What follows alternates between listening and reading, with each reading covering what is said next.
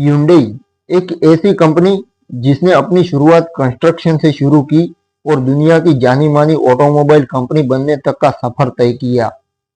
लेकिन आपके मन में सवाल जरूर होगा कि Hyundai की राह कैसी थी। तो चलो बिना रुकते शुरू करते हैं Hyundai की वो कहानी जिसने पूरी दुनिया पर अपनी छाप छोड़ी। पहला चैप्टर, Hyundai की स्थापना और प्रारंभिक वर्ष। तो Hyundai मोटर कंपनी की शुरुआत 1947 में दक्षिण कोरिया के एक साधारण परिवार में जन्मे चुंग जू युंग ने की थी। वैसे चुंग जू युंग एक दूरदर्शी उद्यमी थे जिन्होंने बाद में अपनी मेहनत और दृढ़ संकल्प से Hyundai को एक वैश्विक ब्रांड के रूप में स्थापित किया। अगर बात करें शुरुआत की तो 1947 में उन्होंने Hyundai engineering and construction company की स्थापना की, जो शुरू में सिविल इंजीनियरिंग और निर्माण परियोजनाओं पर काम करती थी। इसके साथ ही द्वितीय विश्व युद्ध और 1950 से 1953 के कोरियन वॉर के बाद दक्षिण कोरिया के रिकंस्ट्रक्शन में इस कंपनी ने महत्वपूर्ण भूमिका निभाई। सड़कों, पुलों और इंफ्रास्ट्रक्चर के निर्माण ने Hyundai को कोरिया की अर्थव्यवस्था में एक मजबूत आधार प्रदान किया।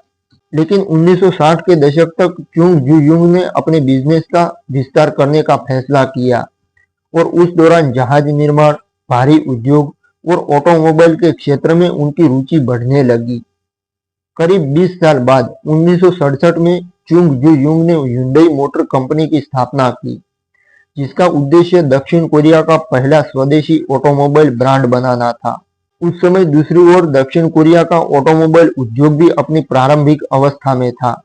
टेक्नोलॉजी में विशेषज्ञता और संसाधनों की कमी के कारण Hyundai ने 1968 में फोर्ड मोटर कंपनी के साथ मिलकर Hyundai Cortina को लॉन्च किया।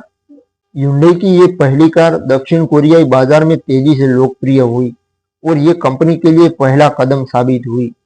अब चुंग जू युंग का सपना केवल विदेशी टेक्नोलॉजी पर निर्भर रहना नहीं था, बल्कि वे एक ऐसी कार बनाना चाहते थे जो पूरी तरह से कोरियाई हो और पूरी दुनिया में प्रतिस्पर्धा करने में काबिल हो। इसी दृष्टिकोण के साथ Hyundai ने 1975 में अपनी पहली स्वदेशी कार Hyundai पोनी लॉन्च की। इस कार को प्रसिद्ध इतालवी डिजाइनर जियोर्जेटो गिउजियारो ने डिजाइन किया था और इसमें मित्सुबिशी कंपनी का इंजन और ट्रांसमिशन सिस्टम उपयोग किया गया था। Hyundai पोनी ने दक्षिण कोरियाई बाजार में तहलका मचा दिया और जल्द ही इसे कनाडा, दक्षिण अमेरिका और मध्य पूर्व जैसे बाजारों में निर्यात किया जाने लगा और ये Hyundai की दुनिया में पहचान का पहला कदम था। लेकिन शुरुआती वर्ष भी चुनौतियों से भरे थे। दक्षिण कोरिया में ऑटोमोबाइल उद्योग के लिए आवश्यक टेक्नोलॉजी विशेषज्ञता, टैलेंटेड लेबर और आधुनिक उत्पादन सुविधाओं की कमी थी।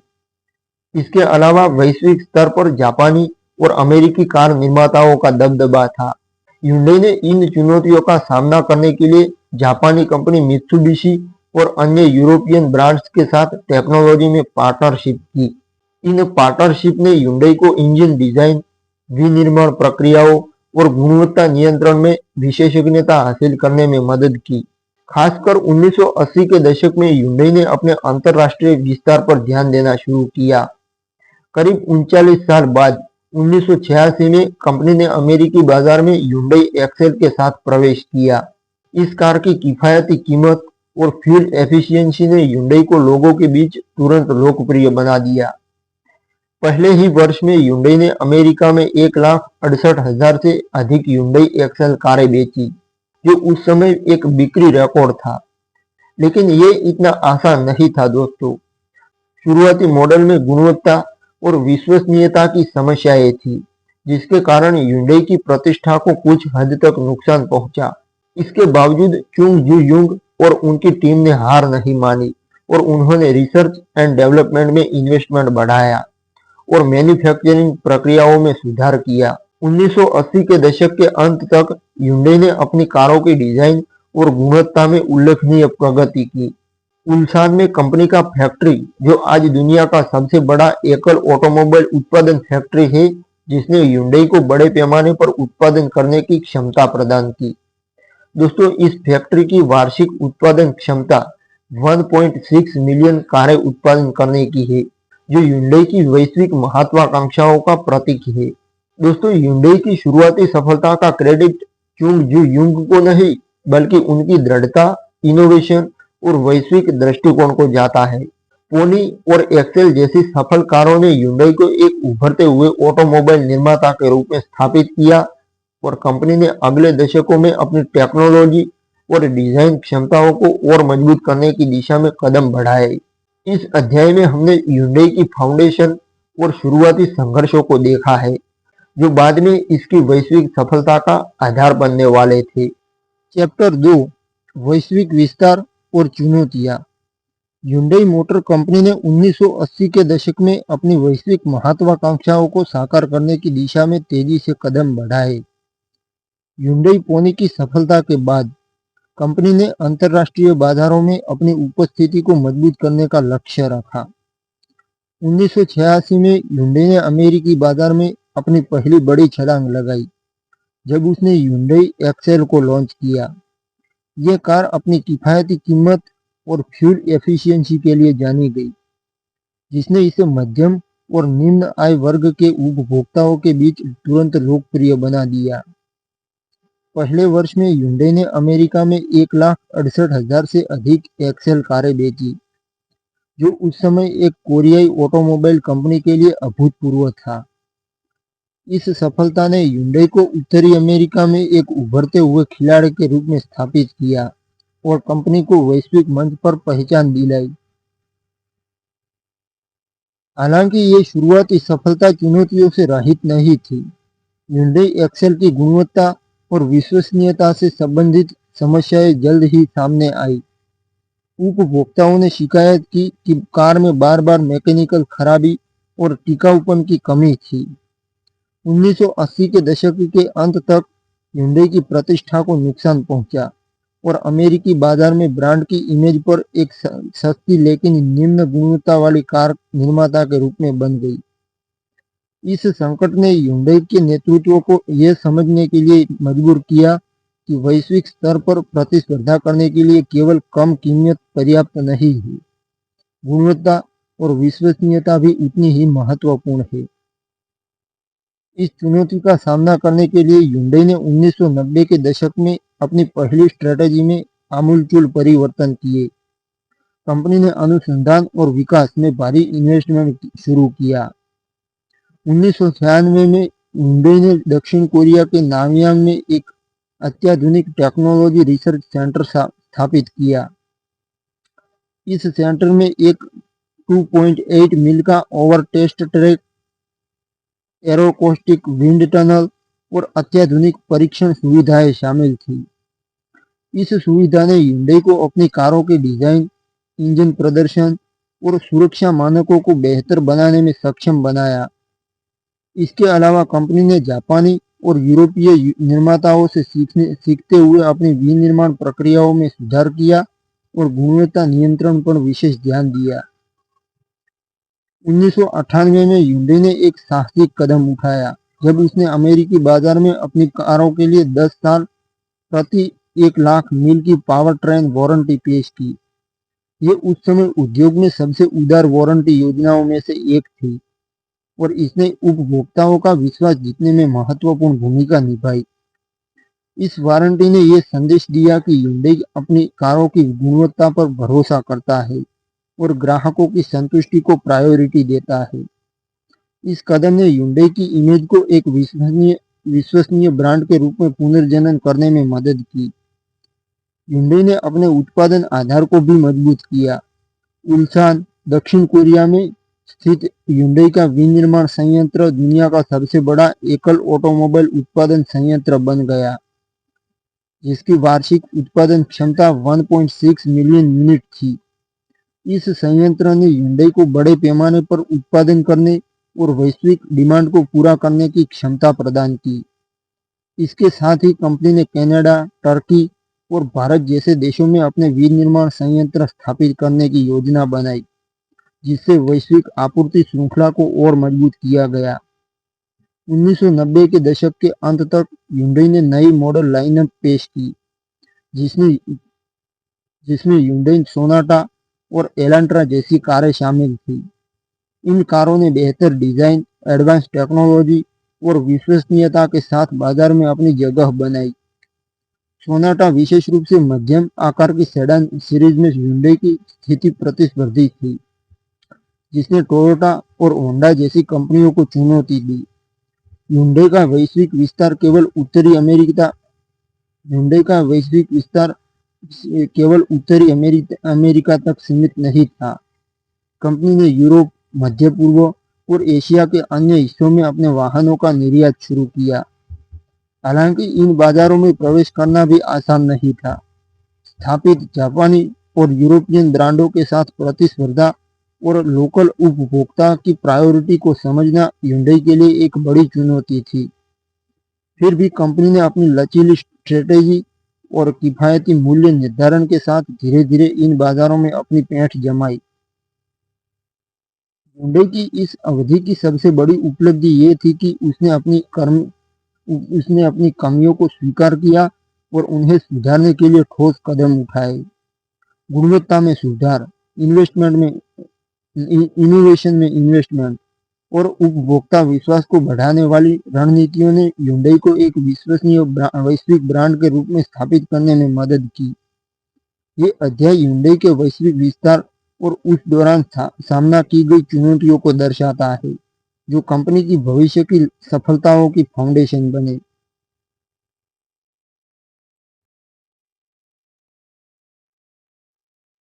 चैप्टर 3, भारत में hyundai का प्रवेश।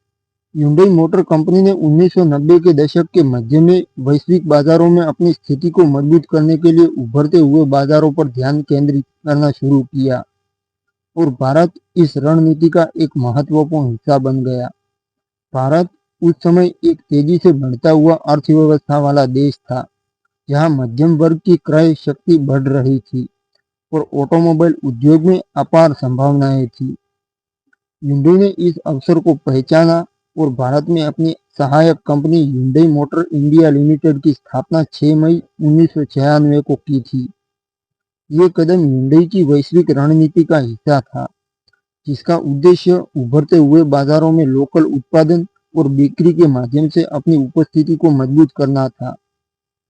1990 के दशक में भारतीय ऑटोमोबाइल बाजार में मारुति सुजुकी का लगभग एकाधिकार था, विशेष रूप से छोटी कारों के सेगमेंट में। मारुति 800 और जैन जैसी कारें भारतीय मध्यम वर्ग के बीच बेहद लोकप्रिय थी। टाटा मोटर्स और महिंद्रा जैसे अन्य स्वदेशी निर्माता मुख्य रूप से उपयोगिता वाहनों और वाणिज्यिक वाहनों पर केंद्रित थे। इस प्रतिस्पर्धी परिदृश्य में hyundai ने एक नया दृष्टिकोण अपनाया। कंपनी ने भारतीय उपभोक्ताओं की जरूरतों को समझने के लिए व्यापक बाजार अनुसंधान किया और एक ऐसी कार डिजाइन करने का फैसला किया जो किफायती, ईंधन कुशल और भारतीय परिवारों की जरूरतों के लिए उपयुक्त हो। 23 सितंबर 1998 को hyundai ने भारत में अपनी पहली कार hyundai सेंट्रो लॉन्च की। सेंट्रो को विशेष रूप से भारतीय बाजार के लिए डिजाइन किया गया था, जिसमें छोटे आकार, आसान ड्राइविंग और किफायती रखरखाव पर जोर दिया गया। इस कार में 1.0 लीटर इंजन था, जो शहरी उपयोग के लिए आदर्श था और इसका डिजाइन आधुनिक और आकर्षक था। सेंट्रो की कीमत भी प्रतिस्पर्धी थी, जिसने इसे मारुति 800 और जैन का सीधा विकल्प बनाया। लॉन्च के कुछ ही महीनों में सेंट्रो भारतीय बाजार में हिट कार हो गई। 2000 तक ये भारत की दूसरी सबसे ज्यादा बिकने वाली कार बन गई, जो hyundai के लिए एक बड़ी उपलब्धि थी। सेंट्रो की सफलता के पीछे कई कारक थे। सबसे पहले hyundai ने भारतीय उपभोक्ताओं की प्रायोरिटी को समझने में कोई कसर नहीं छोड़ी। कंपनी ने सेंट्रो को एक फैमिली कार के रूप में पेश किया, जो छोटे और मध्यम परिवारों के लिए उपयुक्त थी। इसकी ऊंची छत और विशाल इंटीरियर ने इसे भारतीय सड़कों और परिवारों की जरूरतों के लिए आदर्श बनाया। इसके अलावा hyundai ने बिक्री के बाद की सेवाओं और कंज्यूमर सहायता पर विशेष ध्यान दिया। कंपनी ने पूरे भारत में डीलरशिप और सर्विस सेंटरों का एक मजबूत नेटवर्क स्थापित किया, जिसने उपभोक्ताओं का विश्वास जीता। hyundai की भारत में शुरुआत के दौरान एक और महत्वपूर्ण स्ट्रेटजी थी लोकलाइजेशन। स्थानीयकरण। कंपनी ने भारतीय आपूर्तिकर्ताओं के साथ साझेदारी की और स्थानीय स्तर पर पुर्जों का उत्पादन शुरू किया। इसने न केवल उत्पादन लागत कम हुई, बल्कि भारतीय सरकार की मेक इन इंडिया नीति के अनुरूप भी रहा। हुंडई ने तमिलनाडु के श्री पेरम्बुदूर में अपने पहले विनिर्माण संयंत्र की फाउंडेशन रखी, जो 1998 में पूरी तरह से चालू हो गया। इस संयंत्र ने हुंडई को स्थानीय डिमांड को पूरा करने और निर्यात के लिए कारें बनाने की क्षमता प्रदान की। हुंडई की भारत में शुरुआत बिना चुनौतियों के नहीं थी। मारुति सुजुकी जैसे स्थापित ब्रांड के साथ प्रतिस्पर्धा करना आसान नहीं था, जिसका भारतीय बाजार में दशकों का अनुभव और ग्राहक आधार था। इसके अलावा भारतीय उपभोक्ता विदेशी ब्रांडों के प्रति शुरू में संशय में थे। हुंडई ने इस चुनौती का सामना करने के लिए आक्रामक मार्केटिंग स्ट्रेटेजी अपनाई। कंपनी ने सेंट्रो को सनशाइन कार के रूप में प्रचारित किया और इसे भारतीय मध्यम वर्ग की आकांक्षाओं से जोड़ा। इसके साथ ही हुंडई ने विश्वसनीयता और गुणवत्ता पर जोर दिया, जो उस समय भारतीय बाजार में एक नया दृष्टिकोण था। 1998 से 2000 तक हुंडई ने भारत में तेजी से अपनी पहचान बनाई। सेंट्रो की सफलता ने कंपनी को अन्य मॉडल लॉन्च करने का आत्मविश्वास दिया, जैसे कि हुंडई एक्सेंट और सोनाटा। इन कारों ने हुंडई को प्रीमियम और मध्यम आकार की कारों के सेगमेंट में भी स्थापित किया। भारत में हुंडई की शुरुआत न केवल कंपनी के लिए एक महत्वपूर्ण मील का पत्थर थी, बल्कि ये भारतीय ऑटोमोबाइल उद्योग में एक नए युग की शुरुआत भी थी, जहां वैश्विक ब्रांड और स्थानीय जरूरतों का संगम हुआ। ये अध्याय हुंडई के भारत में प्रवेश और सेंट्रो की सफलता की कहानी को दर्शाता है, जो इसकी वैश्विक स्ट्रेटेजी का एक महत्वपूर्ण हिस्सा बन गया। चैप्टर 4, भारत में विनिर्माण और infrastructure. Hyundai motor India limited ने भारत में अपनी शुरुआत के साथ ही ये समझ लिया था कि भारतीय बाजार में दीर्घकालिक सफलता के लिए मजबूत स्थानीय विनिर्माण और इंफ्रास्ट्रक्चर की आवश्यकता होगी। हुंडई ने भारत में अपनी पहली कार सेंट्रो की सफलता को देखते हुए स्थानीय उत्पादन पर विशेष ध्यान दिया। कंपनी ने भारत को न केवल एक बिक्री बाजार के रूप में देखा, बल्कि इसे अपने वैश्विक उत्पादन और निर्यात केंद्र के रूप में भी विकसित करने की रणनीति अपनाई। इस दृष्टिकोण ने हुंडई को भारत में एक मजबूत आधार प्रदान किया और भारतीय ऑटोमोबाइल उद्योग में एक नया मानक स्थापित किया। 1996 में हुंडई ने तमिलनाडु के श्री पेरम्बुदूर में अपने पहले विनिर्माण संयंत्र की फाउंडेशन रखी। ये संयंत्र 536 एकड़ के विशाल क्षेत्र में फैला हुआ है और 1998 में पूरी तरह से चालू हो गया था। इस संयंत्र की शुरुआती वार्षिक उत्पादन क्षमता 1,20,000 यूनिट थी, जिसे कंपनी ने धीरे धीरे बढ़ाकर 8,50,000 यूनिट तक पहुंचा दिया। श्री पेरम्बुदूर संयंत्र अत्याधुनिक टेक्नोलॉजी से लैस था, जिसमें रोबोटिक असेंबली लाइन, स्वचालित गुणवत्ता नियंत्रण प्रणालियां और पर्यावरण अनुकूल उत्पाद प्रक्रियाएं शामिल थी। इस संयंत्र ने हुंडई को भारतीय बाजार की डिमांड को पूरा करने के साथ साथ निर्यात करने के लिए कारें बनाने की क्षमता प्रदान की। आज ये संयंत्र हुंडई के वैश्विक उत्पादन नेटवर्क का एक महत्वपूर्ण हिस्सा है और भारत से 85 से अधिक देशों में कारों का निर्यात करता है। हुंडई ने स्थानीयकरण को अपनी स्ट्रेटेजी का केंद्र बनाया। कंपनी ने भारतीय सप्लायर्स के साथ साझेदारी की और वाहनों के 90% से अधिक पुर्जों का स्थानीय स्तर पर लोकल लेवल पर उत्पादन शुरू किया। इसने न केवल उत्पादन लागत कम हुई, बल्कि भारतीय सरकार की नीतियों जैसे कि मेक इन इंडिया के अनुरूप भी रहा। स्थानीयकरण ने हुंडई को भारतीय उपभोक्ताओं की जरूरतों के अनुसार कारों को अनुकूलित करने में भी मदद की। उदाहरण के लिए सेंट्रो को भारतीय सड़कों की स्थिति, गर्म जलवायु और ड्राइविंग आदतों को ध्यान में रखकर डिजाइन किया गया था। 2007 में हुंडई ने हैदराबाद में एक अनुसंधान और विकास केंद्र स्थापित किया। इस केंद्र में लगभग 450 इंजीनियर कार्यरत है और ये हुंडई के वैश्विक रिसर्च एंड डेवलपमेंट नेटवर्क का हिस्सा है। हैदराबाद रिसर्च एंड डेवलपमेंट केंद्र का मुख्य उद्देश्य भारतीय बाजार के लिए विशेष रूप से डिजाइन किए गए वाहनों का विकास करना और वैश्विक मॉडलों को स्थानीय जरूरतों के अनुसार अनुकूलित करना है। ये केंद्र ह्युंडई के दक्षिण कोरिया स्थित नामयांग टेक्नोलॉजी रिसर्च सेंटर को टेक्नोलॉजी और इंजीनियरिंग सहायता भी प्रदान करता है। इस सुविधा ने ह्युंडई को भारतीय उपभोक्ताओं की प्रायोरिटी जैसे कि फ्यूल एफिशिएंसी, कम रखरखाव लागत और उन्नत टेक्नोलॉजी को समझने और लागू करने में मदद की। ह्युंडई ने भारत में अपने इंफ्रास्ट्रक्चर को और मजबूत करने के लिए साल 2022 में महाराष्ट्र के तालेगांव में दूसरा विनिर्माण संयंत्र शुरू किया। ये संयंत्र कंपनी की बढ़ती डिमांड को पूरा करने और इलेक्ट्रिक वाहनों के उत्पादन पर ध्यान केंद्रित करने के लिए स्थापित किया गया। तालेगांव संयंत्र ने ह्युंडई की उत्पादन क्षमता को और बढ़ाया और भारत को कंपनी के वैश्विक इलेक्ट्रिक वाहन उत्पादन केंद्र के रूप में स्थापित करने में मदद की। ह्युंडई का भारत में बुनियादी ढांचा यानी इंफ्रास्ट्रक्चर केवल विनिर्माण तक सीमित नहीं था।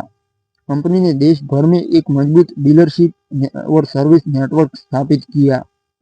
2023 तक ह्युंडई के पास भारत में 1300 से अधिक डीलरशिप और 1500 सर्विस सेंटर थे, जो ग्राहकों को आसान पहुंच और विश्वसनीय बिक्री के बाद की सेवाएं प्रदान करते हैं। इस नेटवर्क ने ह्युंडई को ग्रामीण और शहरी दोनों क्षेत्रों में अपनी पहुंच बढ़ाने में मदद की। कंपनी ने डिजिटल प्लेटफॉर्म जैसे कि क्लिक टू बाय उसको भी लॉन्च किया, जिसने ग्राहकों को ऑनलाइन कार खरीदने और अनुकूलित करने की सुविधा प्रदान की। ह्युंडई के विनिर्माण और बुनियादी ढांचे यानी इंफ्रास्ट्रक्चर की रणनीति ने कंपनी को भारतीय बाजार में एक मजबूत खिलाड़ी बनाया। श्री पेरम्बलुर में और तालेगांव संयंत्रों ने भारत को ह्युंडई के वैश्विक निर्यात केंद्र के रूप में स्थापित किया, जबकि रिसर्च एंड डेवलपमेंट केंद्रों ने इनोवेशन और स्थानीयकरण को बढ़ावा दिया। इसके अलावा कंपनी ने पर्यावरण अनुकूल प्रथाओं को अपनाया, जैसे कि सोलर एनर्जी का उपयोग और अपशिष्ट प्रबंधन, जिसने इसकी सामाजिक जिम्मेवारी को और मजबूत किया। ये अध्याय ह्युंडई के भारत में विनिर्माण और इंफ्रास्ट्रक्चर के विकास को दर्शाता है, जो इसकी भारतीय सफलता की रीढ़ बना। चैप्टर 5 उत्पाद पोर्टफोलियो और नवाचार। ह्युंडई मोटर इंडिया लिमिटेड ने भारत में अपनी शुरुआत के बाद से ही उत्पाद पोर्टफोलियो को विविध और नवाचार केंद्रित बनाए रखने पर विशेष ध्यान दिया। 1998 में ह्युंडई सेंट्रो की सफलता ने कंपनी को भारतीय बाजार में एक मजबूत आधार प्रदान किया, जिसके बाद ह्युंडई ने विभिन्न ग्राहक सेगमेंट को लक्षित करते हुए कई नए मॉडल पेश किए। कंपनी ने भारतीय उपभोक्ताओं की विविध जरूरतों को समझा और किफायती हैचबैक से लेकर प्रीमियम एसयूवी और इलेक्ट्रिक वाहनों तक का एक व्यापक पोर्टफोलियो विकसित किया। ह्युंडई की इनोवेशन के प्रति प्रतिबद्धता ने इसे भारतीय ऑटोमोबाइल उद्योग में एक अग्रणी ब्रांड बनाया। ह्युंडई ने भारत में अपने उत्पाद पोर्टफोलियो को रणनीतिक रूप से विस्तार किया। सेंट्रो के बाद कंपनी ने 2001 में ह्युंडई एक्सेंट को लॉन्च किया, जो मध्यम आकार की सेडान सीरीज में एक लोकप्रिय विकल्प बन गया। एक्सेंट ने उन उपभोक्ताओं को आकर्षित किया जो एक स्टाइलिश और विश्वसनीय सेडान की तलाश में थे। इसके बाद 2003 में ह्युंडई सोनाटा को पेश किया गया, जो प्रीमियम सेडान सेगमेंट में कंपनी की स्थिति को मजबूत करने के लिए डिजाइन किया गया था। इन मॉडलों ने ह्युंडई को भारतीय बाजार में एक बहुखंड मल्टी सेगमेंट ब्रांड के रूप में स्थापित किया। 2000 के दशक के मध्य में ह्युंडई ने भारतीय बाजार में तेजी से बढ़ते हैचबैक और कॉम्पैक्ट सेडान सेगमेंट पर ध्यान केंद्रित किया। 2007 में लॉन्च हुई ह्युंडई i10 और 2008 में i20 ने कंपनी को प्रीमियम हैचबैक सीरीज में एक मजबूत उपस्थिति प्रदान की। i10 को किफायती और शहरी उपयोग के लिए उपयुक्त बनाया गया, जबकि i20 ने युवा और स्टाइलिश सचेत उपभोक्ताओं को लक्षित किया। 2011 में ह्युंडई ने वर्ना को लॉन्च किया, जो कॉम्पैक्ट सेडान सेगमेंट में एक गेम चेंजर साबित हुआ। वर्ना ने अपने आकर्षक डिजाइन, एडवांस सुविधाओं और शक्तिशाली इंजन विकल्पों के साथ होंडा सिटी और मारुति सियाज जैसे प्रतिस्पर्धियों को कड़ी टक्कर दी। 2015 में Hyundai ने भारतीय बाजार में एसयूवी सेगमेंट में प्रवेश किया और क्रेटा को लॉन्च किया। क्रेटा ने भारतीय उपभोक्ताओं के बीच तुरंत लोकप्रियता हासिल की क्योंकि ये स्टाइलिश प्रदर्शन और किफायती कीमत का एक आदर्श संतुलन प्रदान करता था। क्रेटा की सफलता ने Hyundai को कॉम्पैक्ट एसयूवी सेगमेंट में लीडर बनाया और इसने टाटा हैरियर, महिंद्रा एक्सयूवी 500 और अन्य प्रतिस्पर्धियों को पीछे छोड़ दिया। इसके बाद 2019 में Hyundai ने वेन्यू को लॉन्च किया, जो सब कॉम्पैक्ट एसयूवी सेगमेंट में एक और हिट मॉडल बन गया। Hyundai ने इनोवेशन के क्षेत्र में भी महत्वपूर्ण कदम उठाए। 2019 में कंपनी ने भारत में अपनी पहली electric car Hyundai Kona electric launch की। कोना ने 452 किलोमीटर की रेंज और एडवांस बैटरी टेक्नोलॉजी के साथ इलेक्ट्रिक वाहन सेगमेंट में Hyundai की शुरुआत को चिन्हित किया। 2022 में Hyundai ने IONIQ 5 को पेश किया, जो एक प्रीमियम इलेक्ट्रिक क्रॉसओवर थी और इसने वैश्विक स्तर पर कई पुरस्कार जीते। IONIQ 5 ने Hyundai की इलेक्ट्रिक मोबिलिटी के प्रति प्रतिबद्धता को और मजबूत किया। Hyundai ने हाइड्रोजन ईंधन सेल टेक्नोलॉजी में भी इन्वेस्टमेंट किया। 2018 में कंपनी ने वैश्विक स्तर पर Hyundai नेक्सो को लॉन्च किया, जो एक हाइड्रोजन ईंधन सेल एसयूवी थी। हालांकि नेक्सो भारत में अभी तक लॉन्च नहीं हुआ है, लेकिन ये Hyundai के भविष्य के लिए पर्यावरण अनुकूल टेक्नोलॉजी की दिशा में एक महत्वपूर्ण कदम है। इसके साथ Hyundai ने कनेक्टेड कार टेक्नोलॉजी में भी प्रगति की। ब्लू लिंक टेक्नोलॉजी, जो Hyundai की कई कारों में उपलब्ध है, उपभोक्ताओं को रिमोट स्टार्ट, वाहन डायग्नोस्टिक्स और वास्तविक समय नेविगेशन जैसी सुविधाएं प्रदान करती है। Hyundai ने भारत में अपने उत्पाद पोर्टफोलियो का ग्राहक केंद्रित बनाए रखने के लिए स्थानीय रिसर्च एंड डेवलपमेंट पर भारी इन्वेस्टमेंट किया। हैदराबाद में स्थित रिसर्च एंड डेवलपमेंट केंद्र ने भारतीय सड़कों और जलवायु के लिए विशेष रूप से डिजाइन किए गए मॉडल विकसित किए। उदाहरण के लिए Hyundai ने ग्रैंड i10 NIOS और ओरा जैसे मॉडल लॉन्च किए, जो भारतीय उपभोक्ताओं की ज़रूरतों को ध्यान में रखकर बनाए गए थे। 2023 तक Hyundai का भारत में 12 मॉडल का एक पोर्टफोलियो था, जो हैचबैक, सेडान, एसयूवी और इलेक्ट्रिक वाहनों को कवर करता था। Hyundai की इनोवेशन स्ट्रेटेजी ने इसे भारतीय बाजार में एक प्रीमियम और विश्वसनीय ब्रांड के रूप में स्थापित किया। कंपनी ने डिजाइन, टेक्नोलॉजी और स्थिरता पर ध्यान केंद्रित करके न केवल भारतीय उपभोक्ताओं का विश्वास जीता, बल्कि वैश्विक ऑटोमोबाइल उद्योग में भी अपनी स्थिति को मजबूत किया। ये अध्याय Hyundai के भारत में विविध उत्पाद पोर्टफोलियो और इनोवेशन के प्रति इसके दृष्टिकोण को दर्शाता है, जो इसकी सफलता का एक महत्वपूर्ण स्तंभ रहा है। चैप्टर 6, निर्यात और वैश्विक प्रभाव। Hyundai motor India limited HMIL, जिसने भारत में अपनी स्थापना के बाद न केवल लोकल बाजार में अपनी स्थिति को मजबूत किया, बल्कि भारत को अपने वैश्विक निर्यात केंद्र के रूप में भी स्थापित किया। भारत में Hyundai की विनिर्माण सुविधाओं और रणनीतिक स्थान ने कंपनी को वैश्विक ऑटोमोबाइल बाजार में एक महत्वपूर्ण खिलाड़ी बनने में मदद की। Hyundai ने भारत में निर्यात को अपनी स्ट्रेटजी का एक अभिन्न अंग बनाया, जिसने न केवल कंपनी की वैश्विक पहुंच को बढ़ाया, बल्कि भारतीय ऑटोमोबाइल इंडस्ट्री को भी वैश्विक मंच पर पहचान दिलाई।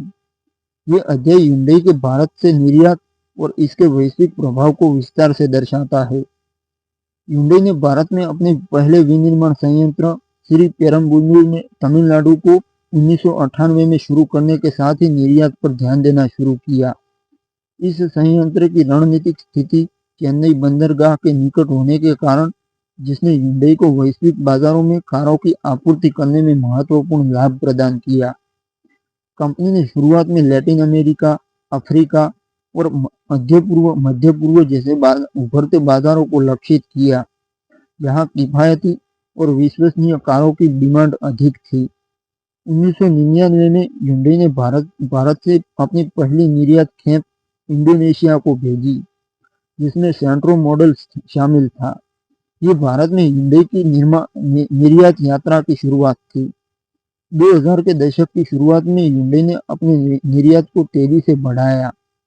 कंपनी ने सेंट्रो, एक्सेंट और बाद में i10 जैसे मॉडलों को 85 से अधिक देशों में निर्यात करना शुरू किया।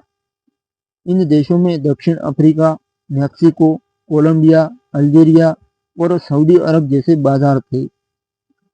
2010 में hyundai ने भारत से 10 लाख कारों के निर्यात का एक ऐतिहासिक रिकॉर्ड बनाया, जो भारतीय ऑटोमोबाइल उद्योग में एक महत्वपूर्ण मील का पत्थर था।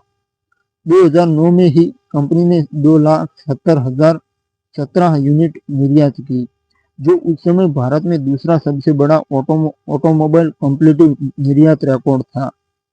hyundai की निर्यात रणनीति की सफलता के पीछे कई कारक थे।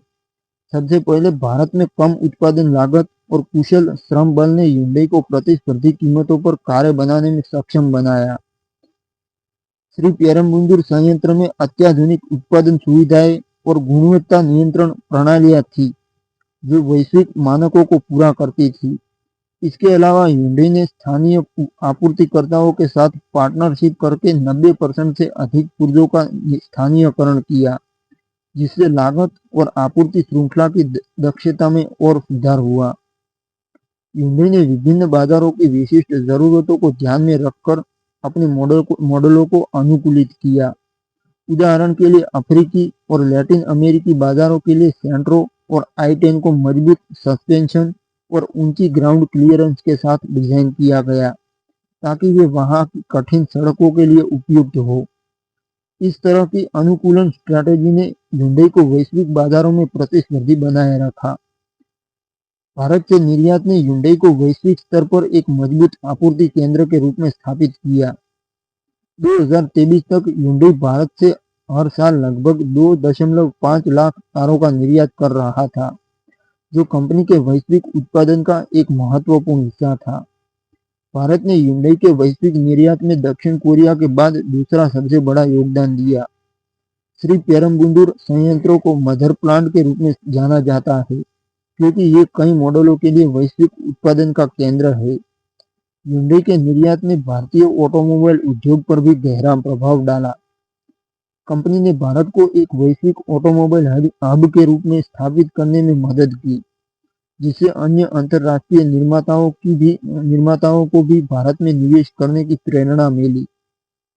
इसके अलावा hyundai ने भारत में हजारों प्रत्यक्ष और अप्रत्यक्ष रोजगार सृजन किए, जिससे स्थानीय अर्थव्यवस्था को बढ़ावा मिला।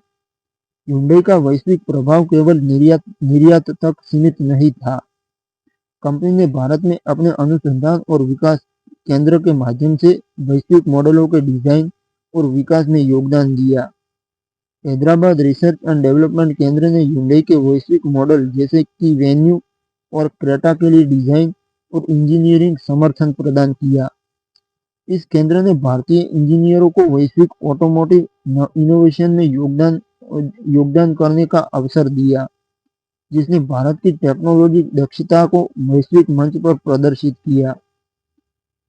hyundai की निर्यात रणनीति और वैश्विक प्रभाव ने कंपनी को एक विश्वसनीय और प्रतिस्पर्धी ब्रांड के रूप में स्थापित किया। भारत से निर्यात ने न केवल hyundai की वैश्विक आपूर्ति श्रृंखला को मजबूत किया, बल्कि भारतीय ऑटोमोबाइल उद्योग को भी वैश्विक स्तर पर एक नई पहचान दी। ये अध्याय hyundai के भारत से निर्यात और इसके वैश्विक प्रभाव को दर्शाता है, जो इसकी सफलता की कहानी का एक महत्वपूर्ण हिस्सा है। चैप्टर 7 चुनौतियां और समाधान। hyundai मोटर कंपनी ने भारत और वैश्विक बाजारों में अपनी सफलता की यात्रा में कई चुनौतियों का सामना किया। इन चुनौतियों ने कंपनी की लचीलता, नवाचार और रणनीतिक सोच को परखा, लेकिन hyundai ने प्रत्येक बाधा को अवसर में बदलने की अपनी क्षमता का परफॉर्मेंस किया। भारत में जहां प्रतिस्पर्धा और उपभोक्ता अपेक्षाएं लगातार बदल रही थी, hyundai ने अपनी रणनीतियों को अनुकूलित करके और नवाचारों को अपनाकर इन चुनौतियों का समाधान किया। ये अध्याय hyundai की प्रमुख चुनौतियों और उनके समाधान के लिए अपनाए गए दृष्टिकोण को विस्तार से दर्शाता है। पहली चुनौती, भारतीय बाजार में तीव्र प्रतिस्पर्धा।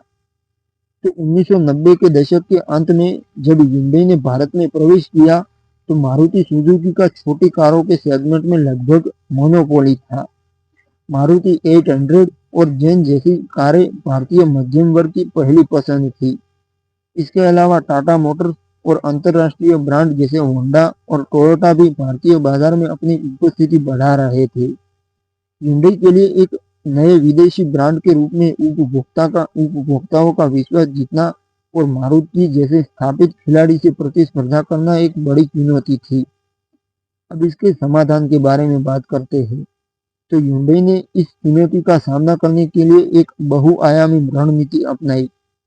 सबसे पहले कंपनी ने सेंट्रो को भारतीय बाजार की विशिष्ट जरूरतों के लिए डिजाइन किया, जैसे कि छोटा आकार, फ्यूल एफिशिएंसी और किफायती रखरखाव। सेंट्रो को फैमिली कार के रूप में प्रचारित किया गया, जिसने भारतीय उपभोक्ताओं की भावनाओं को छुआ। इसके अलावा Hyundai ने देश भर में एक मजबूत डीलरशिप और सर्विस नेटवर्क स्थापित किया, जिसने ग्राहकों को विश्वसनीय बिक्री के बाद की सेवाएं प्रदान की। कंपनी ने आक्रामक मार्केटिंग स्ट्रेटेजी अपनाई, जिसमें बॉलीवुड हस्तियों जैसे शाहरुख खान को ब्रांड एम्बेसडर बनाया गया, जिसने ब्रांड की दृश्यता और स्वीकार्यता को बढ़ाया। दूसरी चुनौती, गुणवत्ता और विश्वसनीयता की धारणा।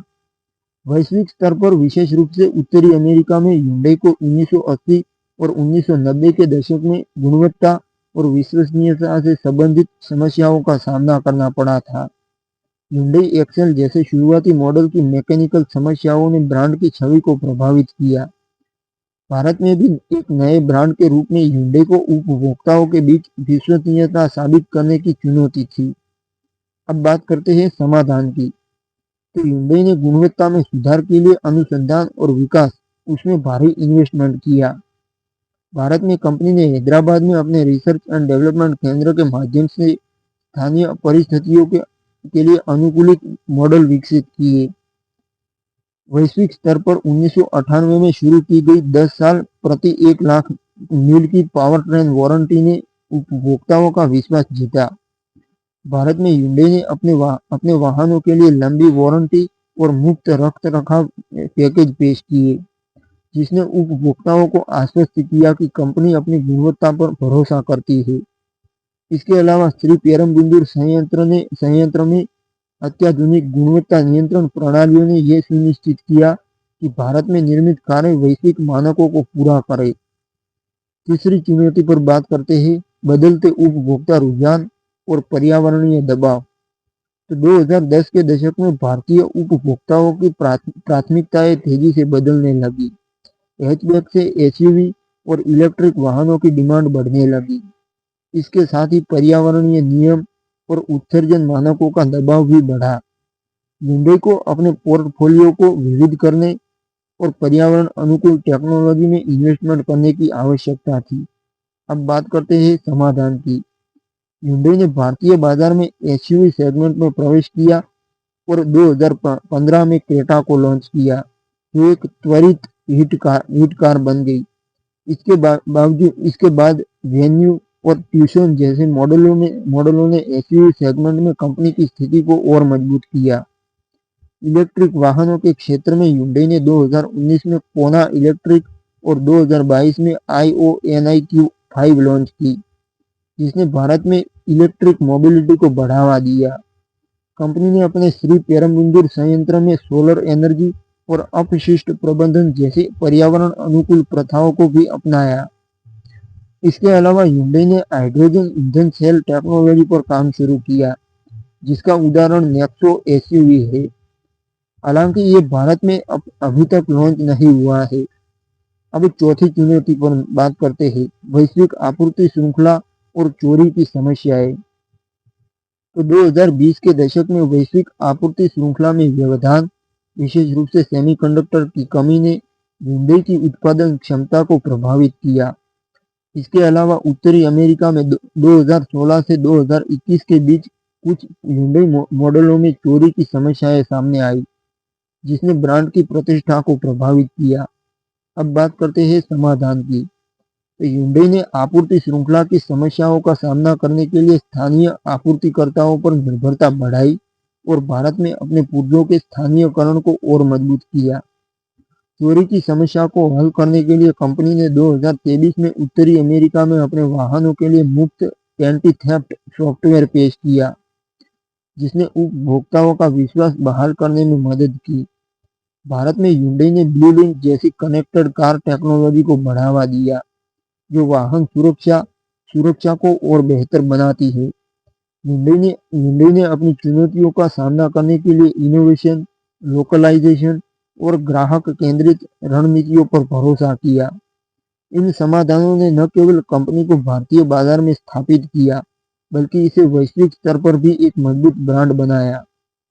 ये अध्याय Hyundai की चुनौतियों और उनके रचनात्मक समाधानों को दर्शाता है, जो इसकी दीर्घकालिक सफलता का आधार बने।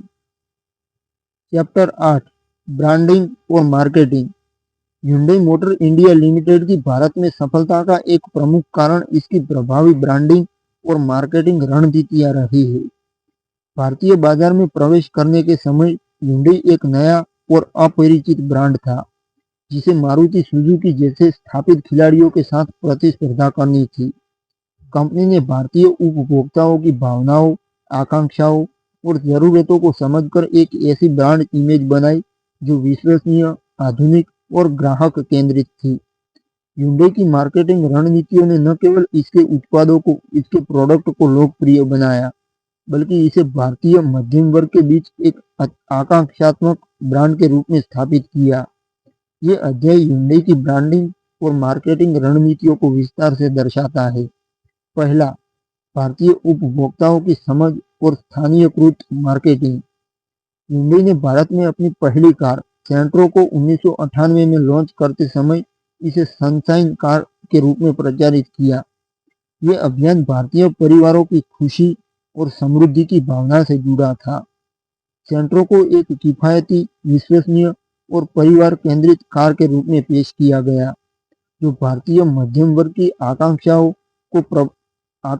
को प्रतिबिंबित करता था। Hyundai ने भारतीय उपभोक्ताओं की ज़रूरतों को समझने के लिए व्यापक बाजार अनुसंधान किया और अपनी मार्केटिंग को स्थानीय संस्कृति और मूल्यों के अनुरूप ढाला। उदाहरण के लिए सेंट्रो के विज्ञापनों में पारिवारिक दृश्यों और उत्सव के माहौल को दर्शाया गया, जो भारतीय दर्शकों के साथ गहराई से जुड़ा। दूसरा, बॉलीवुड और सेलिब्रिटी समर्थन। Hyundai ने भारतीय बाजार में अपनी ब्रांड दृश्यता बढ़ाने के लिए बॉलीवुड सितारों को अपने अभियानों का हिस्सा बनाया। 1998 में कंपनी ने सुपरस्टार शाहरुख खान को सेंट्रो का ब्रांड एम्बेसडर बनाया। शाहरुख की लोकप्रियता और मध्यम वर्ग के बीच उनकी अपील ने Hyundai को युवा और परिवार उन्मुख उपभोक्ताओं तक पहुंचने में मदद की। बाद में Hyundai ने दीपिका पादुकोण और अन्य मशहूर हस्तियों को अपने विभिन्न मॉडलों जैसे कि वर्ना और क्रेटा के लिए ब्रांड एम्बेसडर बनाया।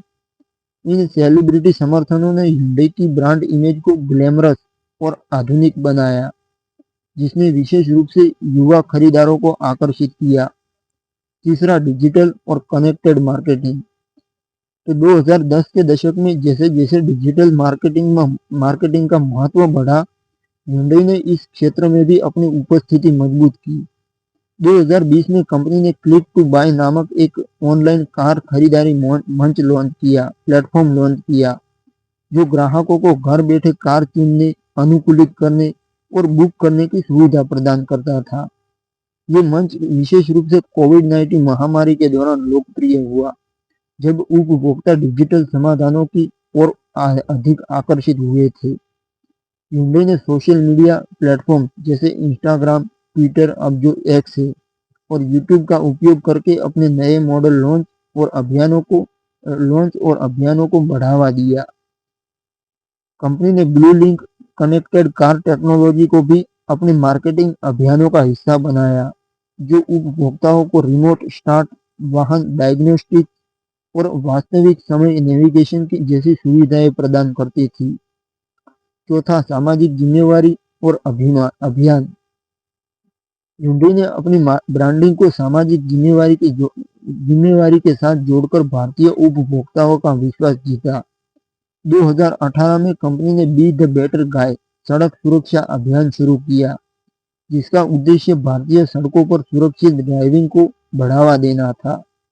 इस अभियान में सड़क सुरक्षा नियमों जैसे कि सीट बेल्ट पहनना और गति सीमा का पालन करना उसको प्रोत्साहित किया गया। ये अभियान न केवल हुंडई की सामाजिक प्रतिबद्धता को दर्शाता था, बल्कि इसने ब्रांड को एक जिम्मेवार कॉरपोरेट नागरिक के रूप में स्थापित किया। इसके अलावा हुंडई ने शिक्षा और पर्यावरण संरक्षण जैसे क्षेत्रों में सामाजिक पहल शुरू की, जैसे कि हुंडई स्कॉलरशिप प्रोग्राम और वृक्षारोपण अभियान। पांचवा, प्रायोजन और इवेंट मार्केटिंग। हुंडई ने भारत में अपनी ब्रांड दृश्यता को बढ़ाने के लिए खेल और सांस्कृतिक आयोजनों में प्रायोजन किया। कंपनी ने इंडियन प्रीमियर लीग, आईपीएल और अन्य प्रमुख खेल आयोजनों में प्रायोजन के माध्यम से अपनी पहुंच को बढ़ाया। इसके अलावा हुंडई ने ऑटो एक्सपो जैसे मोटर शो में अपने नए मॉडल और अपनी टेक्नोलॉजी को परफॉर्मेंस किया, जिसने ऑटोमोबाइल उत्साही लोगों और संभावित ग्राहकों का ध्यान आकर्षित किया। हुंडई की ब्रांडिंग और मार्केटिंग रणनीतियों ने इसे भारतीय बाजार में एक प्रीमियम और विश्वसनीय ब्रांड के रूप में स्थापित किया। कंपनी ने स्थानीय संस्कृति, डिजिटल इनोवेशन और सामाजिक जिम्मेवारी को अपनी मार्केटिंग का हिस्सा बनाकर उपभोक्ताओं के साथ एक गहरा भावनात्मक संबंध बनाया। ये अध्याय हुंडई की ब्रांडिंग और मार्केटिंग की रचनात्मक रणनीतियों को दर्शाता है, जो इसकी भारतीय सफलता का एक महत्वपूर्ण आधार बनी। 9वीं चीज, पुरस्कार और मान्यता। हुंडई मोटर कंपनी और इसकी भारतीय सहायक company Hyundai motor India limited, जिसने अपने इनोवेशन, डिजाइन, गुणवत्ता और ग्राहक संतुष्टि के लिए वैश्विक और भारतीय स्तर पर कई पुरस्कार और मान्यताएं हासिल की है। ये पुरस्कार न केवल हुंडई की टेक्नोलॉजी उत्कृष्टता और बाजार नेतृत्व को दर्शाते हैं, बल्कि कंपनी की उपभोक्ता केंद्रित दृष्टिकोण और सामाजिक जिम्मेवारी के प्रति प्रतिबद्धता को भी रेखांकित करते हैं। भारत में जहां ऑटोमोबाइल बाजार में तीव्र प्रतिस्पर्धा है, हुंडई ने अपने उत्पादों और सेवाओं के लिए लगातार प्रशंसा अर्जित की है। ये अध्याय हुंडई द्वारा प्राप्त प्रमुख पुरस्कारों और मान्यताओं को तथ्यात्मक और सत्यापनीय ढंग से प्रस्तुत करता है।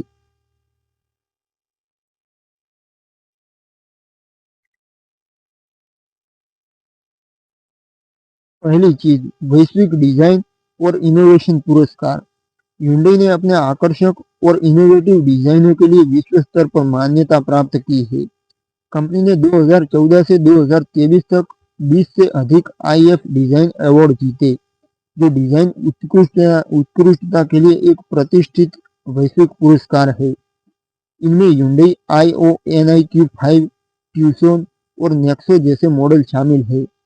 IONIQ5 ने 2022 और 2023 में लगातार 2 वर्षों तक world car of the year और world electric vehicle of the year पुरस्कार जीते, जो हुंडई की इलेक्ट्रिक वाहन टेक्नोलॉजी में लीडरशिप स्थिति को दर्शाता है।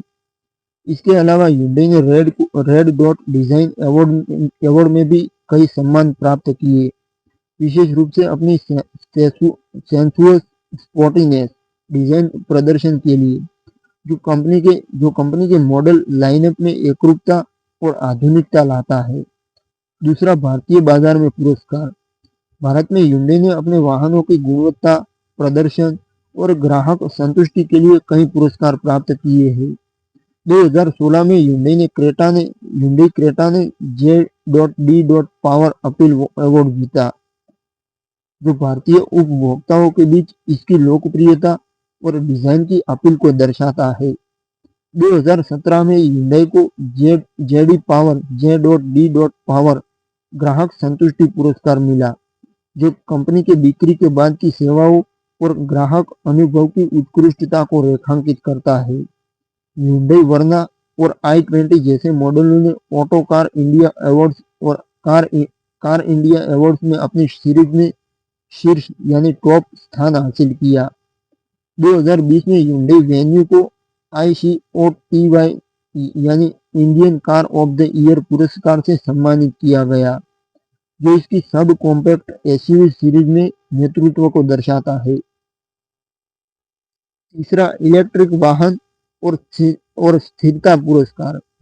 Hyundai की इलेक्ट्रिक मोबिलिटी और स्थिरता के प्रति प्रतिबद्धता ने भी कई पुरस्कार अर्जित किए हैं। कोना इलेक्ट्रिक, जिसे 2019 में भारत में लॉन्च किया गया, जिसने टॉप गियर इलेक्ट्रिक अवार्ड में प्रशंसा प्राप्त की। IONIQ 5 ने भारत में लॉन्च होने के बाद 2023 में green car of the year पुरस्कार जीता। इसके अलावा Hyundai को पर्यावरण अनुकूल प्रथाओं के लिए भी सम्मानित किया गया है। कंपनी के श्री पेरम्बुदुर संयंत्र को 2022 में CII ग्रीन को गोल्ड रेटिंग मिली, जो इसके ऊर्जा कुशल और पर्यावरण अनुकूल उत्पादन प्रक्रियाओं को मान्यता देता है। चौथा, सामाजिक जिम्मेवारी और अन्य मान्यताएं। Hyundai ने अपनी सामाजिक जिम्मेदारी पहलों के लिए भी प्रशंसा प्राप्त की है। बी द बेटर गाय सड़क सुरक्षा अभियान को 2019 में ET ब्रांड इक्विटी अवार्ड में सामाजिक प्रभाव के लिए सम्मानित किया गया। इसके अलावा Hyundai के शिक्षा और सामुदायिक विकास कार्यक्रमों जैसे कि Hyundai स्कॉलरशिप प्रोग्राम, उसको विभिन्न राष्ट्रीय मंचों पर मान्यता मिली है। कंपनी को ग्रेट प्लेस टू वर्क प्रमाण यानी सर्टिफिकेट भी प्राप्त हुआ, जो भारत में इसके कर्मचारी केंद्रित कार्य संस्कृति को दर्शाता है। पांचवा, निर्यात और उद्योग योगदान। Hyundai ने भारत से निर्यात में भी इसे कई पुरस्कार दिलाए। 2010 में कंपनी ने EEPC इंडिया अवार्ड में ऑटोमोबाइल निर्यात के लिए टॉप निर्यातक के रूप में सम्मानित किया गया। Hyundai की भारत को वैश्विक ऑटोमोटिव हब के रूप में स्थापित करने में भूमिका को SIAM society of Indian automobile manufacturers ने भी मान्यता दी। इन पुरस्कारों और मान्यताओं ने Hyundai को एक विश्वसनीय और नवाचारी यानी इनोवेशन करने वाली ब्रांड के रूप में स्थापित किया। भारत में जहां उपभोक्ता विश्वसनीयता और मूल्य को प्रायोरिटी देते हैं, इन सम्मानों ने Hyundai की ब्रांड इमेज को और मजबूत किया। वैश्विक स्तर पर डिजाइन और इलेक्ट्रिक मोबिलिटी में पुरस्कारों ने Hyundai को ऑटोमोबाइल उद्योग में अग्रणी के रूप में स्थापित किया। ये अध्याय Hyundai की उपलब्धियों और मान्यताओं को दर्शाता है, जो इसकी गुणवत्ता, नवाचार और सामाजिक प्रभाव की कहानी को रेखांकित करता है। चैप्टर 10, पर्यावरण और स्थिरता। Hyundai मोटर कंपनी और इसकी भारतीय सहायक company Hyundai motor India limited, जिसने पर्यावरण संरक्षण और स्थिरता को अपनी रणनीति का एक अभिन्न अंग बनाया है, वैश्विक स्तर पर बढ़ते पर्यावरणीय दबाव और भारत में कड़े उत्सर्जन मानकों के बीच Hyundai ने इलेक्ट्रिक मोबिलिटी, रिन्यूएबल एनर्जी और पर्यावरण अनुकूल प्रोडक्ट प्रथाओं के माध्यम से स्थिरता के प्रति अपनी प्रतिबद्धता को प्रदर्शित किया। भारत में जहां उपभोक्ता और सरकार दोनों ही पर्यावरण संरक्षण को प्रायोरिटी दे रहे हैं, Hyundai ने अपनी पहल के माध्यम से एक जिम्मेवार कॉरपोरेट नागरिक के रूप में अपनी छवि को मजबूत किया। ये अध्याय Hyundai की पर्यावरण और स्थिरता से संबंधित पहलों को तथ्यात्मक और सत्यापनीय ढंग से प्रस्तुत करता है। पहला, इलेक्ट्रिक मोबिलिटी में इन्वेस्टमेंट। तो Hyundai ने इलेक्ट्रिक वाहनों के विकास में महत्वपूर्ण इन्वेस्टमेंट किया है, जो इसके पर्यावरण अनुकूल भविष्य के दृष्टिकोण का एक प्रमुख हिस्सा है। भारत में कंपनी ने 2019 में अपनी पहली electric car Hyundai Kona electric launch की। कोना इलेक्ट्रिक ने 452 किलोमीटर की रेंज और एडवांस बैटरी टेक्नोलॉजी के साथ भारतीय बाजार में इलेक्ट्रिक मोबिलिटी को बढ़ावा दिया। 2022 में Hyundai ने IONIQ 5 को लॉन्च किया, जो एक प्रीमियम इलेक्ट्रिक क्रॉसओवर है और इसने अपनी डिजाइन, परफॉर्मेंस और स्थिरता के लिए कई वैश्विक पुरस्कार जीते। Hyundai ने भारत में इलेक्ट्रिक वाहनों की मांग को बढ़ाने के लिए चार्जिंग इंफ्रास्ट्रक्चर पर भी ध्यान दिया। 2023 तक कंपनी ने भारत में 100 से अधिक फास्ट चार्जिंग स्टेशन स्थापित किए और 2027 तक 100 अल्ट्रा फास्ट चार्जिंग स्टेशन स्थापित करने की योजना बनाई। दूसरा, हाइड्रोजन ईंधन सेल टेक्नोलॉजी। हुंडई ने हाइड्रोजन ईंधन सेल टेक्नोलॉजी में वैश्विक स्तर पर अग्रणी भूमिका निभाई है। 2018 में लॉन्च किया गया हुंडई नेक्सो एक हाइड्रोजन ईंधन सेल एसयूवी कंपनी की इस टेक्नोलॉजी में प्रगति का प्रतीक है। हालांकि नेक्सो अभी भारत में लॉन्च नहीं हुआ है, लेकिन हुंडई ने भारत में हाइड्रोजन ईंधन सेल प्रौद्योगिकी के लिए संभावनाओं का अध्ययन शुरू किया है। कंपनी का लक्ष्य 2030 तक हाइड्रोजन ईंधन सेल वाहनों को वैश्विक स्तर पर और अधिक सुलभ बनाना है, जिससे जीवाश्म ईंधन पर निर्भरता कम हो। तीसरा, पर्यावरण अनुकूल उत्पादन प्रथाएं। तो हुंडई ने अपने श्री पेरुम्बदूर विनिर्माण संयंत्र में पर्यावरण अनुकूल प्रथाओं को अपनाया है। 2022 में संयंत्र ने अपनी 85% बिजली आवश्यकताओं को रिन्यूएबल सोर्सेज, मुख्य रूप से सोलर एनर्जी से प्राप्त किया। इस संयंत्र में 1.9 MWP की सौर ऊर्जा प्रणाली स्थापित की गई, जिसने कार्बन उत्सर्जन को काफी हद तक कम किया। इसके अलावा हुंडई ने अपशिष्ट प्रबंधन और जल संरक्षण पर ध्यान केंद्रित किया। संयंत्र में शून्य तरल निर्वहन यानी जीरो लिक्विड डिस्चार्ज प्रणाली लागू की गई, जो जल के रिसाइकलिंग, पानी के रिसाइकलिंग और पुनः उपयोग को सुनिश्चित करती है। इन प्रयासों के लिए श्री पेरुम्बदूर संयंत्र को 2022 में CII ग्रेनको गोल्ड रेटिंग में सम्मानित किया गया। चौथा, सामाजिक और पर्यावरणीय पहल। तो हुंडई ने भारत में पर्यावरण संरक्षण को बढ़ावा देने के लिए कई सामाजिक पहल शुरू की है। कंपनी ने हुंडई ग्रीन इनिशिएटिव के तहत वृक्षारोपण अभियान चलाए, जिसके तहत हजारों पेड़ लगाए गए।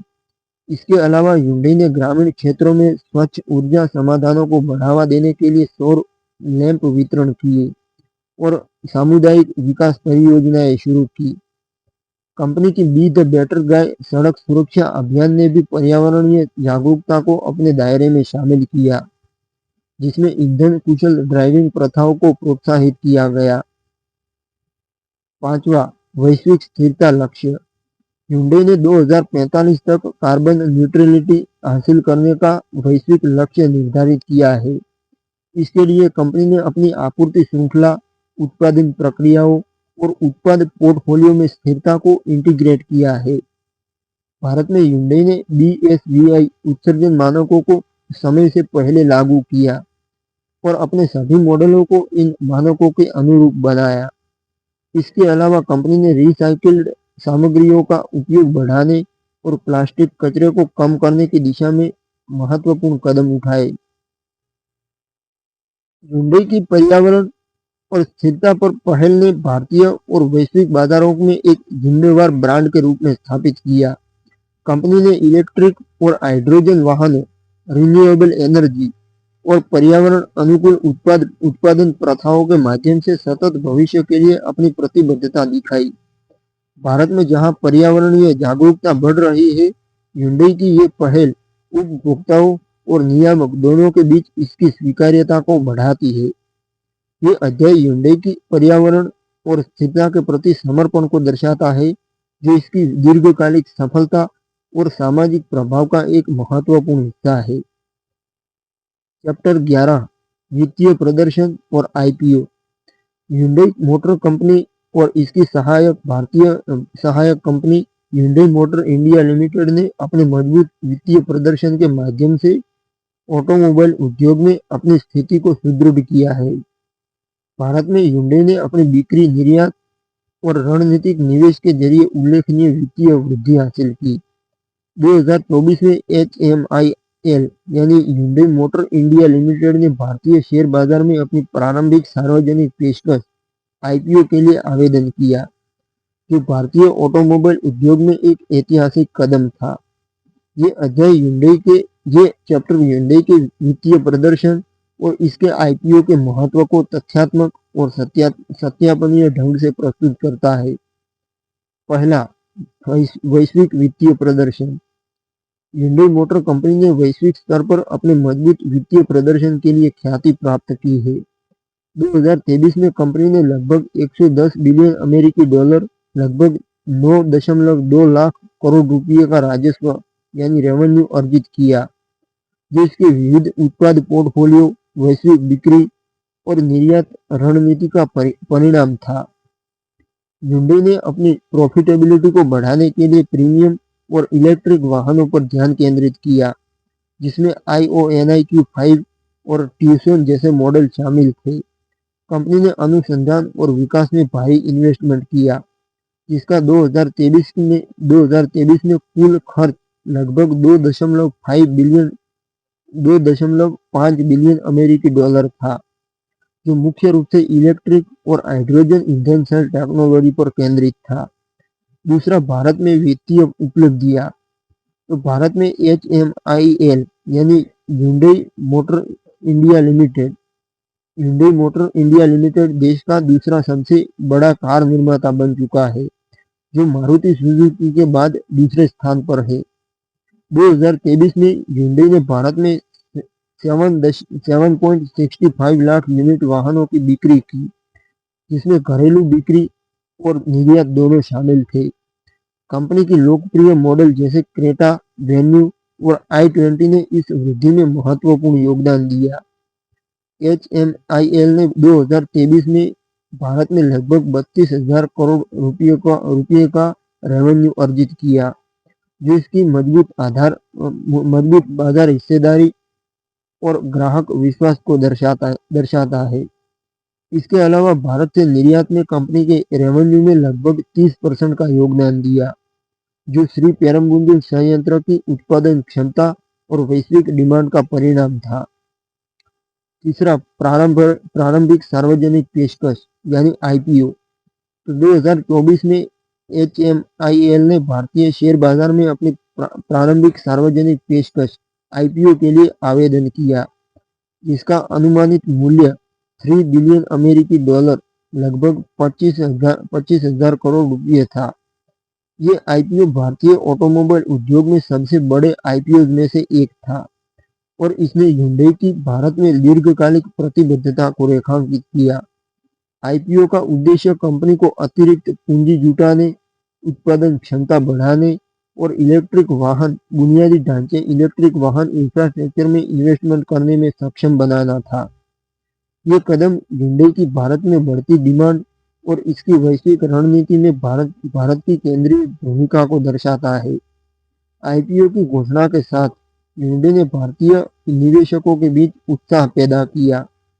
कंपनी ने अपने IPO के माध्यम से अपनी मूल कंपनी hyundai मोटर कंपनी की हिस्सेदारी का एक हिस्सा बेचने की योजना बनाई, जिससे HMIL को स्थानीय स्तर पर स्वतंत्रता और विकास के लिए अधिक संसाधन मिल सके।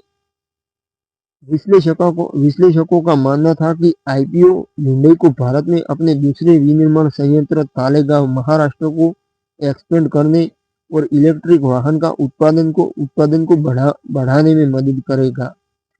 चौथा, वित्तीय स्थिरता और रणनीतिक निवेश। तो hyundai ने भारत में अपनी वित्तीय स्थिरता को बनाए रखने के लिए रणनीतिक इन्वेस्टमेंट पर ध्यान केंद्रित किया। श्री पेरम्बुंदूर संयंत्र में कंपनी ने 14,000 करोड़ रुपये से अधिक का इन्वेस्टमेंट किया, जिसने इसकी उत्पादन क्षमता को 8,50,000 यूनिट तक बढ़ाया।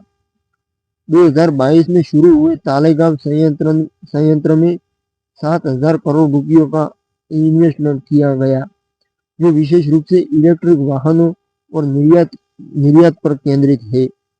इसके अलावा hyundai ने हैदराबाद रिसर्च एंड डेवलपमेंट केंद्र में 1,000 करोड़ रुपये से अधिक का इन्वेस्टमेंट किया, जो भारतीय बाजार के लिए अनुकूलित मॉडल विकसित करने में महत्वपूर्ण भूमिका निभाता है। पांचवा, चुनौतियां और भविष्य की संभावनाएं। तो hyundai को वैश्विक आपूर्ति श्रृंखला में व्यवधान, विशेष रूप से सेमीकंडक्टर की कमी और बढ़ती कच्चे माल की लागत जैसी चुनौतियों का सामना करना पड़ा। हालांकि कंपनी ने स्थानीयकरण और आपूर्ति श्रृंखला विविधीकरण के माध्यम से इन चुनौतियों का सामना किया।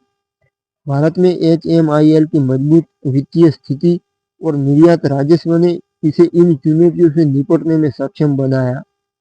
IPO से प्राप्त पूंजी ने हुंडई को अपनी भविष्य की योजनाओं जैसे कि इलेक्ट्रिक वाहन उत्पादन और चार्जिंग इंफ्रास्ट्रक्चर के विस्तार को और तेज करने का अवसर प्रदान किया। हुंडई का वित्तीय प्रदर्शन यानी फाइनेंशियल परफॉर्मेंस और IPO ने कंपनी की भारत में मजबूत स्थिति और वैश्विक महत्वाकांक्षाओं को रेखांकित किया। ये अध्याय हुंडई की वित्तीय उपलब्धियों, रणनीतिक निवेश और IPO के महत्व को दर्शाया है, जो इसकी दीर्घकालिक विकास रणनीति का एक महत्वपूर्ण हिस्सा है। 12वां चैप्टर, भविष्य की योजनाएं। तो हुंडई मोटर कंपनी और इसकी भारतीय सहायक company Hyundai motor India limited, जिसने अपने भविष्य के लिए एक महत्वाकांक्षी और दूरदर्शी रणनीति तैयार की है। भारत में अपनी मजबूत स्थिति और वैश्विक ऑटोमोबाइल उद्योग में अग्रणी भूमिका को देखते हुए हुंडई ने इलेक्ट्रिक मोबिलिटी, हाइड्रोजन ईंधन सेल टेक्नोलॉजी और उत्पादन क्षमता का विस्तार करने पर विशेष ध्यान केंद्रित किया है। भारत में जहां ऑटोमोबाइल बाजार तेजी से विकसित हो रहा है, हुंडई ने अपनी रणनीतियों को स्थानीय और वैश्विक जरूरतों के साथ संरेखित किया है। ये अध्याय हुंडई की भविष्य की योजनाओं को तथ्यात्मक और सत्यापनीय ढंग से प्रस्तुत करता है, जो कंपनी के सतत विकास और भारत इनोवेशन के प्रति प्रतिबद्धता को दर्शाता है। पहली चीज, इलेक्ट्रिक मोबिलिटी में विस्तार। तो हुंडई ने इलेक्ट्रिक वाहनों को अपने भविष्य की रणनीति का केंद्र बनाया है। कंपनी का लक्ष्य 2030 तक वैश्विक स्तर पर अपनी इलेक्ट्रिक वाहन लाइनअप को 21 मॉडलों तक विस्तारित करना है, जिसमें भारत एक प्रमुख बाजार और उत्पादन केंद्र होगा। भारत में हुंडई ने 2025 में एक समर्पित इलेक्ट्रिक वाहन कारखाना शुरू करने की योजना बनाई है, जो तालेगांव, महाराष्ट्र में स्थित होगा। ये संयंत्र विशेष रूप से इलेक्ट्रिक वाहनों के उत्पादन के लिए डिजाइन किया जाएगा और इसकी वार्षिक उत्पादन क्षमता 2 लाख यूनिट होगी। इसके अलावा हुंडई ने 2027 तक भारत में 100 ultra fast charging station install करने की प्रतिबद्धता जताई है, जो इलेक्ट्रिक वाहनों को अपनाने में तेजी लाएगा। कंपनी ने कोना इलेक्ट्रिक और IONIQ 5 की सफलता के बाद 2025 में एक नया किफायती इलेक्ट्रिक मॉडल लॉन्च करने की योजना बनाई है, जो भारतीय मध्यम वर्ग को लक्षित करेगा। दूसरा, हाइड्रोजन ईंधन सेल टेक्नोलॉजी। तो हुंडई ने हाइड्रोजन ईंधन सेल टेक्नोलॉजी में वैश्विक नेतृत्व की दिशा में कदम बढ़ाए हैं। कंपनी का नेक्सो SUV, जो एक हाइड्रोजन ईंधन सेल वाहन है, पहले से ही वैश्विक बाजारों में उपलब्ध है। भारत में जहां हाइड्रोजन इंफ्रास्ट्रक्चर अभी प्रारंभिक अवस्था में है, हुंडई ने हाइड्रोजन ईंधन सेल वाहनों की संभावनाओं का अध्ययन शुरू किया है। कंपनी ने 2030 तक भारत में हाइड्रोजन ईंधन स्टेशनों के पायलट प्रोजेक्ट शुरू करने की योजना बनाई है, जिसके लिए वह सरकार और निजी क्षेत्र के साथ साझेदारी कर रही है। हुंडई का लक्ष्य हाइड्रोजन टेक्नोलॉजी को भारत में सुलभ बनाना है, खासकर वाणिज्यिक वाहनों और लंबी दूरी की गतिशीलता के लिए। तीसरा, उत्पादन क्षमता और निर्यात वृद्धि। तो हुंडई भारत को अपने वैश्विक उत्पादन और निर्यात केंद्र के रूप में और मजबूत करने की योजना बना रही है। श्री पेरमबुंदूर संयंत्र की उत्पादन क्षमता को 2027 तक 1 मिलियन यूनिट तक बढ़ाने की योजना है। तालेगांव संयंत्र, जो 2022 में शुरू हुआ, इलेक्ट्रिक और प्रीमियम वाहनों के उत्पादन पर केंद्रित होगा। हुंडई का लक्ष्य भारत से निर्यात को 2025 तक 3 लाख यूनिट से अधिक करना है, जिसमें अफ्रीका, लैटिन अमेरिका और दक्षिण पूर्व एशिया के बाजार शामिल होंगे। कंपनी ने भारतीय आपूर्तिकर्ताओं के साथ पार्टनरशिप को और गहरा करने की योजना बनाई है, ताकि लोकलाइजेशन को 95% तक बढ़ाया जा सके, जिससे लागत कम होगी और वैश्विक प्रतिस्पर्धात्मकता बढ़ेगी। चौथा, अनुसंधान और विकास में इन्वेस्टमेंट। तो हुंडई ने हैदराबाद में अपने रिसर्च एंड डेवलपमेंट केंद्र को और विस्तार देने की योजना बनाई है, जहां 2027 तक कर्मचारियों की संख्या को 450 से बढ़ाकर 600 करने का लक्ष्य है। ये केंद्र भारतीय ये रिसर्च एंड डेवलपमेंट केंद्र भारतीय बाजार के लिए विशेष रूप से डिजाइन किए गए मॉडल जैसे कि किफायती इलेक्ट्रिक कारें और हाइब्रिड वाहन विकसित करेगा। इसके अलावा ये केंद्र वैश्विक मॉडलों के लिए डिजाइन और इंजीनियरिंग समर्थन प्रदान करेगा, जिससे भारतीय ह्युंडई के वैश्विक विस्तार नेटवर्क में एक महत्वपूर्ण भूमिका निभाएगा। पांचवा, डिजिटल और कनेक्टेड मोबिलिटी। तो ह्युंडई ने डिजिटल और कनेक्टेड मोबिलिटी को अपनी भविष्य की रणनीति का हिस्सा बनाया है।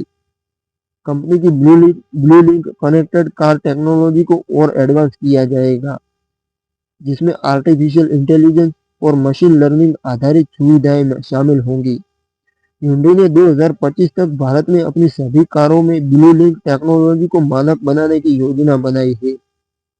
इसके अलावा कंपनी स्वायत्त ड्राइविंग टेक्नोलॉजी पर भी काम कर रही है, जिसके लिए भारत में पायलट प्रोजेक्ट शुरू किए जाएंगे।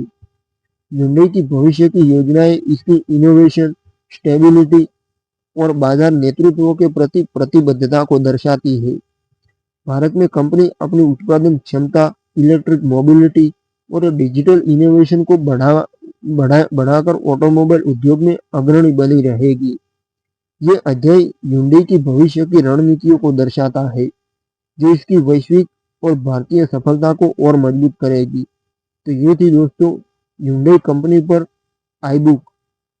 आशा करता हूँ आपको अच्छी लगी होंगी और ऐसी ही दूसरी कई आई बुक्स सुनने के लिए जुड़े रहिए। चैनल को सब्सक्राइब करिए और आई बुक को लाइक करिए।